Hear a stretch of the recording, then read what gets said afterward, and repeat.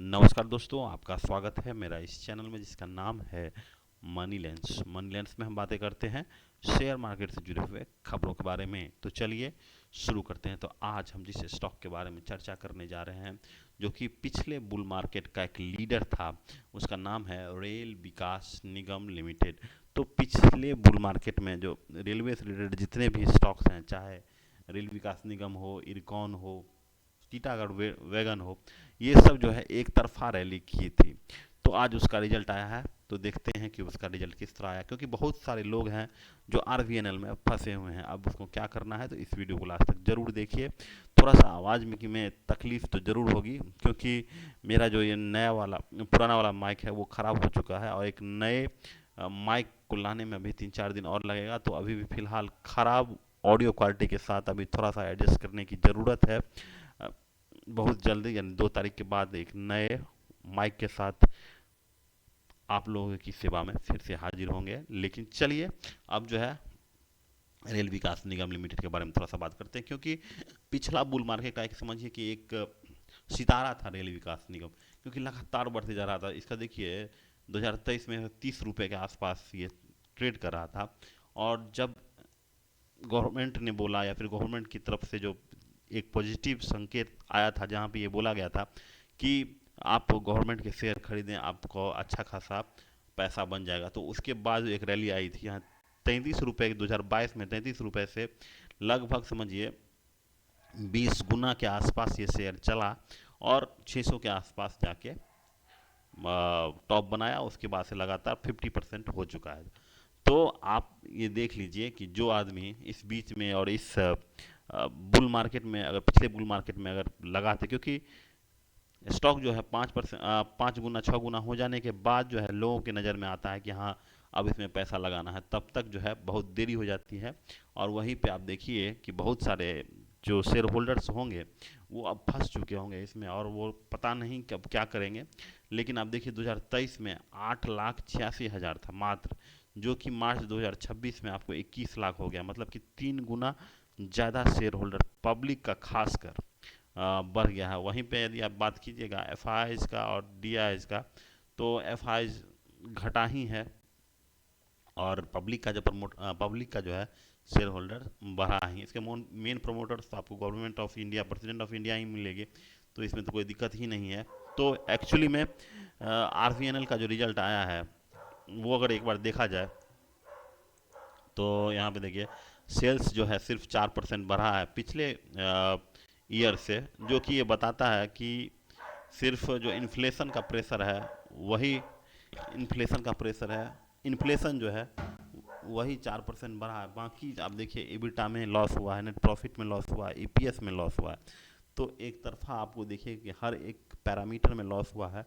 Sales सिर्फ इसलिए बढ़ा है क्योंकि कमोडिटी के प्राइसेस बढ़े हैं, इसी कारण आपको सेल्स में 4% का उछाल दिख रहा है, और बाकी हर पैरामीटर्स में आपको खराब ही दिख रहा है। ठीक है। और यहाँ पे देखिए सेल्स जो है 6,696 करोड़ के आसपास हुआ है। और देखिए ईपीएस जो है वो घटा है, ईपीएस ही बताता है कि कंपनी का रिजल्ट किस तरह से जा रहा है। तो एक्चुअली में ईपीएस देखिए 0.9, जो कि पिछले मार्च 2023 में सबसे 2023 में सेकंड हाईएस्ट है, क्योंकि सेकंड लोएस्ट है। दूसरा जो है जून 2025 में 0.65 हुआ था, उससे थोड़ा सा ऊपर चल के 0.90। तो एक्चुअली में देखिए ये सब आरबीएनएल और ये सब जैसे सरकारी कंपनियां हैं, ये सरकार पे बहुत ज़्यादा निर्भर होती है। और दूसरी बात ये है कि ये ऑर्डर बुक वाली कंपनियां हैं, तो ऑर्डर बुक पे जब तक ऑर्डर बुक आएगा ये कंपनियां चलेंगी। जैसे ही ऑर्डर बुक बंद हुआ तो इन कंपनियों का हालत ख़राब हो जाएगा। क्यों? जिस तरह से आप देख रहे हैं कि गवर्नमेंट के द्वारा काफ़ी पैसे बचाए जा रहे हैं, इसके लिए बहुत सारे तरकीब लगाए जा रहे हैं, जैसे कि सोना नहीं खरीदना है, और इस डिफरेंट और तेल नहीं खरीदना। तो इस तरह की बातें कह कह के अगर कम गवर्नमेंट बोल रहा था, यानी उसके पास पैसे की कमी है कमी है, जिसके कारण जो है इसका ऑर्डर बुक आना कम हो गया होगा। ठीक है। तो यहाँ पे देखिए आर कुछ भी नहीं है, 9% का आर है, यानी 100 रुपया लगाइएगा तो 9 रुपया ही आपको ईयर का इनकम मिलेगा। सेल्स ग्रोथ 2% है, प्रॉफिट ग्रोथ -31 है। तो एक्चुअली में हर एक पैरामीटर्स में देखिए यहाँ पे भी फेल होते जा रहा है। और दूसरी बात, अगर एक चीज़ देखिएगा तो अगर क्यों प्रॉफिट आप फ्रॉम ऑपरेशन में देखिए, रिसीवेबल्स जो है लगभग 8 गुना रिसीवेबल्स बढ़ा है। रिसीवेबल्स होता है कि कंपनी माल बेच दिया है, लेकिन कंपनी को पैसा अभी तक नहीं मिला है। तो यही जो पैसा जो बेच दिया है वही आप जो है सेल्स में दिखा दिए, लेकिन ये सेल्स में नहीं, आपके इन्वेंट्री में ही रह गया। और दूसरी तरफ यह देखिए इन्वेंट्री भी बढ़ के तिगुना हो गया है। यहाँ पे देखिए 65 के आसपास इन्वेंट्री था, जो कि बढ़ के 118 हो गया। तो एक्चुअली में यहाँ पे देख रहे हैं कि रिसीवेबल्स और इन्वेंट्री दोनों बढ़ा है, जो कि बताता है कि कंपनी जो है वो अच्छा नहीं कर पा रही है। लेकिन फिर भी जो उस समय एक फ्लेवर था, रेलवे के स्टॉक्स चल रहे थे, और इसी कारण जो है ये लगभग 20 गुना अपने लोएस्ट से बढ़ा है। अभी भी इसका देखिए स्टॉक पी जो है 61.9 है। तो अभी भी अगर इस तरह का सेल्स ग्रोथ अगर इस तरह से कमी करता जाएगा तो स्टॉक पी और बढ़ता चला जाएगा। दूसरी तरफ आप ये देखिए कि इनका सेल्स ग्रोथ पिछले 3 सालों में कोई सेल्स ग्रोथ नहीं है, 0% है। वहीं पे प्रॉफिट ग्रोथ देखिए निगेटिव में है, तो मतलब कि आप सेल्स कर रहे हैं लेकिन प्रॉफिट ही नहीं पिछले 3 साल से कमाए हैं। रिटर्न ऑन इक्विटी जो है मतलब गिर ही रहा है। यहाँ पे पिछले 10 साल में 16%, 5 साल में 16%, लास्ट ईयर में 9%। एक्चुअली में हर एक पैरामीटर में देखिए ये लगातार फेल होते जा रहा है।